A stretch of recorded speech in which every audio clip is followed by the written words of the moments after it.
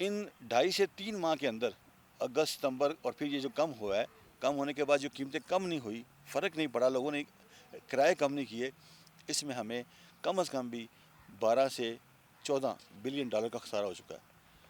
ٹھیک ہے، اور یہ ہر اس صرف کو مینجمنٹ جو ہے نا وہ صحیح نہ ہونے کی وجہ جی سے. صحیح نہ ہونے کی وجہ سے صرف یہ ہے کہ اس کو ہم ہر مطلب میں ایک بزنس کر رہا ہوں، میں وہاں جاؤں گا تو مجھے چیز مہنگی ملے گی، شام کو آ کے میں کہوں گا اچھا جی میں یہ بزنس کر رہا ہوں اور میں بھی یہ چیز مہنگی دوں گا. تو یہی ظلم ہے، یہی ناانصافی ہے، یہی زیادتی ہے. معاشرے نہ اس طرح بنتے ہیں، نہ اس طرح آگے بڑھتے ہیں، نہ چلتے ہیں. ہمارے ہاں یقین کریں اتفاق سے میرا پاکستان سے باہر جانے کا اتفاق نہیں ہوا، لیکن جتنے بھی ہمارے کوئی عزیز دوست باہر جاتے ہیں وہ باہر سے آ کہتے ہیں کہ وہاں پہ یہ ہم نے سسٹم دیکھا، یہ نظام دیکھا، مارکیٹ میں گئے، یہ وہاں ٹریفک کا یہ سسٹم تھا، پارکنگ کا یہ سسٹم تھا، اور پرائس، اور باقاعدہ وہاں پہ فلاں جو ایک آئٹمس تھی وہ فریش تھی، فروٹس تھے، سبزیاں تھیں، اس کے اوپر لکھا تھا، یا بیکریز کی آئٹم تھی اس کے اوپر لکھا تھا جی اس کی 4 دن کی ڈیٹ ہے، اس کے بعد ویسٹ ہے. ہمارے ہاں یہاں پہ کوئی سٹینڈرڈ نہیں ہے، کوئی پوچھنے والا نہیں ہے. یہی چیزیں ہیں جو ٹھیک کرنے والی ہے، اور اس کی بد انتظامی سے ہی ہمیں جو ہے اوور آل جو معاشرے کے اندر سالانہ جو ہے وہ ہم 25 30 40 بلین ڈالر کے خسارے پہ پہنچ جاتے ہیں. لوگ کہتے ہیں جی یہ آپ اتنی بڑی بات کہہ رہے ہیں، آپ آئیں ہم آپ کے کہنے میں ساتھ تو بیٹھ. یہ اماؤنٹ جو ہے نا وہ یقیناً ایسا نظر آتا ہے کہ جیسے بہت بڑا ہے، لیکن جب آپ اس کو بریک ڈاؤن جب اس کا دیکھتے ہیں، جب ایک ایک چیز کو آپ مائنیوٹلی جب ڈیٹیل دیکھتے ہیں اس کی، تو واقعی یہ شاید اس سے بھی زیادہ بڑی رقم بنتی ہے. جی یقیناً بڑھتی ہے سر. دیکھیں لاہور اتنا بڑا شہر ہے، لاہور کی جو سبزی منڈی فروٹ منڈی ہے اس کے اندر بھی میرے جانے کا اتفاق ہوا ہے، اور جو آپ کی ان جڑواں شہروں کی سبز منڈی فروٹ منڈی ہے پنڈی اسلام آباد کی، یہ اس سے بہت بڑی ہے.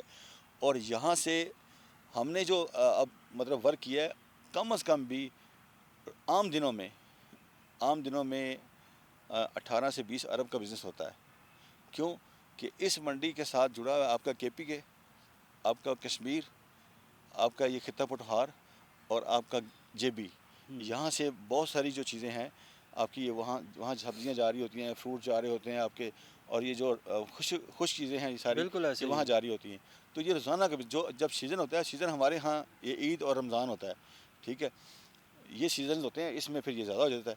اور اس میں کوئی ایسا سسٹم نہیں ہے. ہم صرف اور صرف ان ساری چیزوں کو جو ہماری روزمرہ کے استعمال والی ہیں، اس کو ہم صرف اصلاحات کریں، ویل آرگنائز کریں. دیکھیں میں اکثر یہ بات کہتا ہوں کہ اب ہمارے پاس جدت آ گئی ہے، سائنس آ گئی ہے، ٹیکنالوجی آ گئی ہے، بڑے قابل لوگ موجود ہیں.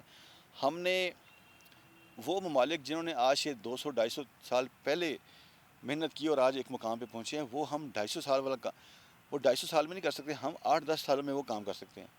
اور اس طرح اصلاحات کرنے سے پاکستان جو ہے خوددار، خود مختار، خوشحال ہوگا، اور ہمارے ہاں روزگار کے موقع پیدا ہوں گے، اور لوگوں کو روزگار کے موقع ملیں گے، اور خوشحالی آئے گی. ہماری جو اندرونی اور بیرونی قرضے ہیں اس سے ہماری جان چھوٹے گی، اور پاکستان اپنے پاؤں پہ کھڑا ہوگا، اور ایک پورا سسٹم ہوگا.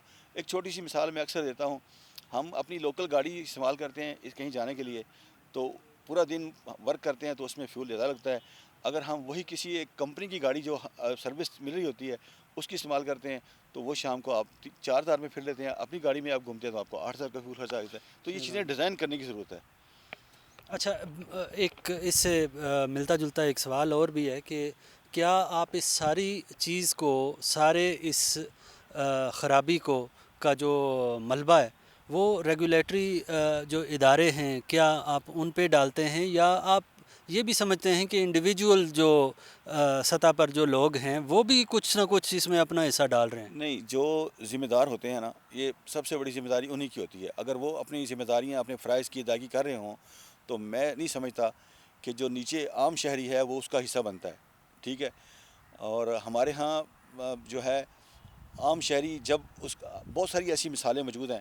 ٹھیک ہے، جہاں کہیں کوئی تھوڑے دن نظر آتا ہے جی کسی ایک ایریاز میں، کسی ایک سیکٹر میں کوئی ایسا آفیسر آیا ہے اور اس نے اپنی وہ صحیح ذمہ داری پوری کی ہے، تو وہ مثال کے طور پہ وقت کی پابندی ہے.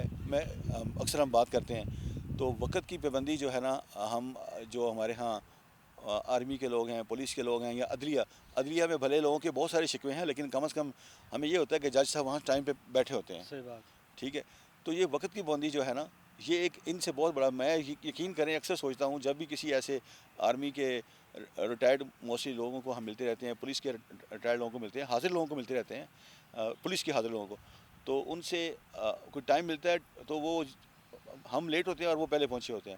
آپ یقین کریں میں یہ چاہتا ہوں کہ میں تو یہ ریکویسٹ کرتا ہوں جو با اختیار لوگ ہیں، جو اسٹیک ہولڈرز ہیں، کہ کم از کم عام شہری کو جو ہے نا ایک ایسی ٹریننگ کروائی جائے 3 ماہ کی، جس میں موٹیویٹ کیا جائے ان کو، تاکہ وقت کی پابندی جو ہے نا وہ کی جائے، جس سے ہمیں بہت سارے فائدے حاصل ہوں گے. کم سے کم اسکول میں جو بچے اب موجود ہیں اس عمر میں کہ جو چھوٹے ہیں، جی وہ وہاں سے تو وہاں کم از سے کم شروع کریں نا، کہ بڑے تو چلیں وہ اپنی زندگی کا حصہ گزار چکے ہیں. گزار ہاں جی چکے ہیں، اور وہ بچوں کو دیکھ کر شاید ان میں بھی کچھ نہ کچھ تبدیلی جو ہے وہ آ جائے گی. جی یقیناً. صحیح بات ہے. چلیں تھینک یو ویری مچ جی، بہت شکریہ مرزا صاحب آپ کی آمد کا. تھینک یو جی. ناظرین آئندہ کسی نئے پروگرام میں دوبارہ آپ سے ملاقات ہوگی. اللہ حافظ.